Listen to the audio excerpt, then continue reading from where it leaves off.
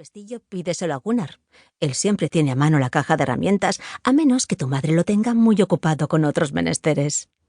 Déjalo ya, anda, rió Patrick antes de irse. Con una sonrisa en los labios, Erika se tumbó otra vez. Bien podía permitirse unos minutos más antes de levantarse. El hecho de no tener ningún horario que respetar era una de las ventajas de ser tu propio jefe, aunque también podía considerarse uno de los inconvenientes. Ser escritora implicaba tener mucha fuerza de voluntad y disciplina, y a veces podía resultar un tanto solitario. A pesar de todo, le gustaba mucho su trabajo, le encantaba escribir, dar vida a aquellas historias y aquellos destinos que decidía narrar, fisgonear e investigar, para saber qué había ocurrido de verdad y por qué. Y llevaba mucho tiempo queriendo hincarle el diente al caso en el que estaba trabajando ahora. El caso de Stella, la niña a la que secuestraron y asesinaron Helen Person y Mary Wall, había conmovido y aún conmovía a todos los habitantes de Vilvaca. Y Mary Wall había vuelto. La celebrada estrella de Hollywood se encontraba en Vilvaca para rodar una película sobre Ingrid Bergman. El pueblo se deshacía en rumores. Todos habían conocido a alguna de las dos, o ellos mismos o sus familias, y todos quedaron consternados aquella tarde de julio de 1985 en que el cadáver de Stella apareció en la laguna. Erika se tumbó de lado y se preguntó si el sol calentaría tanto aquel día como lo hacía hoy. Cuando por fin recorriera los escasos metros de pasillo que la separaban del despacho, empezaría precisamente por comprobar ese dato. Pero aún esperaría unos minutos más. Cerró los ojos y se adormiló al son del parloteo de Patrick y los niños que le llegaba de la cocina.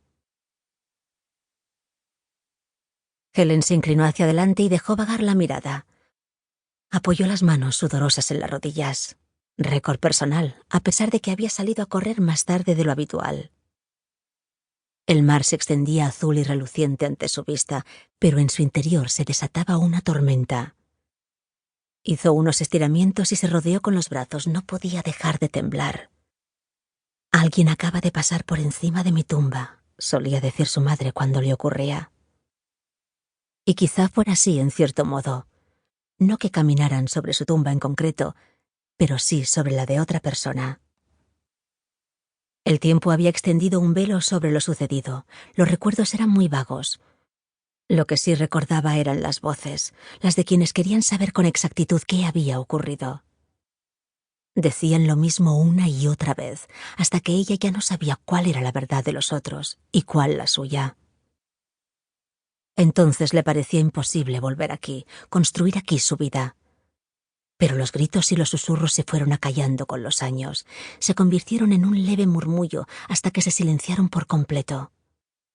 Y se sintió como si ella fuera, de nuevo, una parte natural de la existencia. Pero ahora volverían las habladurías. Todo saldría otra vez a relucir. Y como tantas veces sucedía en la vida, coincidían las circunstancias. Llevaba varias semanas sin dormir desde que recibió aquella carta en la que Erika Falk le decía que estaba escribiendo un libro y que le gustaría verla. Había tenido que volver a pedir que le recetaran aquellas pastillas sin las que llevaba tantos años arreglándoselas. Sin ellas no habría superado la siguiente noticia. María había vuelto. Habían pasado 30 años. James y ella habían vivido la vida en silencio y sin muchos aspavientos, y ella sabía que eso era lo que quería James. Al final dejarían de hablar, le dijo un día, y así fue.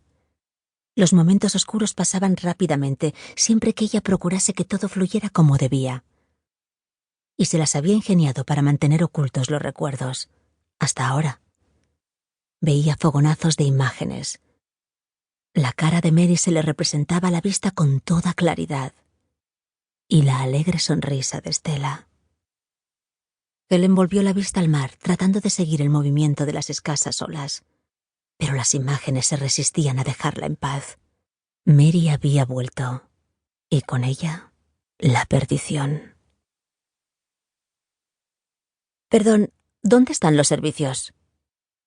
Sture de la parroquia miraba alentador a Karim y a las demás personas que se habían reunido para recibir clases de sueco en el campo de refugiados de Tanumshede. Todos repetían la frase lo mejor que podían. Perdón, ¿dónde están los servicios?